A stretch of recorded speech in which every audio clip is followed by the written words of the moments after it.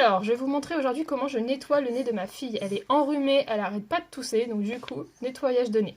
Alors, je prends des pipettes de sérum Phi et à la seringue avec un embout en plastique comme ça ça n'abîme pas le nez. Donc là, elle est assise, mais c'est un peu les seuls moments où je l'assois, parce que là, il n'y a pas le choix. La position assise, je trouve, pour le nettoyage de nez à la seringue, est juste parfait.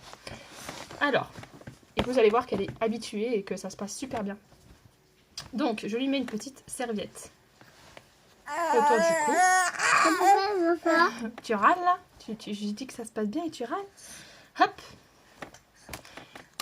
Je bouche le bout parce que sinon, bah, forcément, ça sort. Hop, d'abord, j'enlève le petit capuchon. Je remplis la seringue. Hop, on emmène au bout. Et là, c'est parti. Alors, j'enlève sa tétine quand même. C'est plus... Hop! Vous voyez, je mets dans son nez et hop, et tout est sorti dans l'autre narine. Oui, elle fait pas maintenant. Non, elle pleure pas, t'as vu? Il y a mon fils à côté. Et hop, on fait l'autre narine.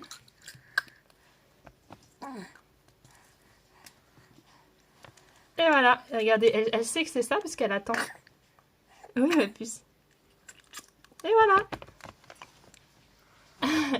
C'est une chef. Maintenant, elle ne pleure plus du tout. Non, Elle est habituée et ça lui fait beaucoup de bien. Après, j'évite de le faire tout le temps. Parce que je le fais vraiment quand elle en a besoin. J'ai pas envie que ça devienne feignant en fait dans son corps, entre guillemets. Parce que si je l'habitue trop à ça, son corps ne va plus évacuer. Attends, chouchou. Son cœur ne va plus évacuer autrement que comme ça.